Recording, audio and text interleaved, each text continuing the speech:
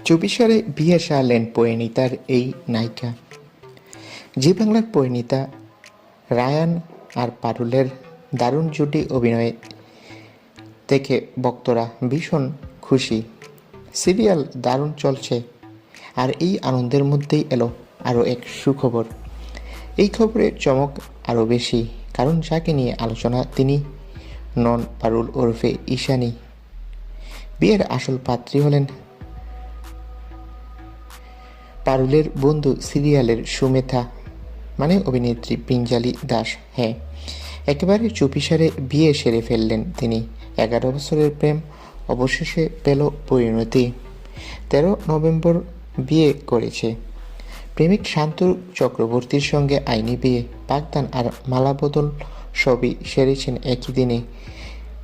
পিঞ্জালি এদিন নীল বেনারসিতে, আর শান্তনুর পরনে ছিল পিঙ্ক আর সাদা কাঁচা স্টিচ কাচের পাঞ্জাবি। দুজনকে দেখে মনে হচ্ছিল খুব সিম্পল কিন্তু ভীষণ সুখী একটা জুটি। তাদের পরিচয় হয়েছিল সোশ্যাল মিডিয়ায়। শুরু থেকেই সম্পর্ক নিয়ে খুব ক্লিয়ার ছিলেন পিঞ্জালি। তিনি সিটি সিনেমাকে দেওয়া এক সাক্ষাৎকারে বলেছিলেন, আমি প্রথমেই বলেছিলাম যদি আমাকে বিয়ে করো তাহলে আমি এই সম্পর্কে থাকব। আজ 11 বছরের সেই সম্পর্কের সুন্দর পরিণতি দেখে ভক্তরাও ভীষণ খুশি হয়েছেন।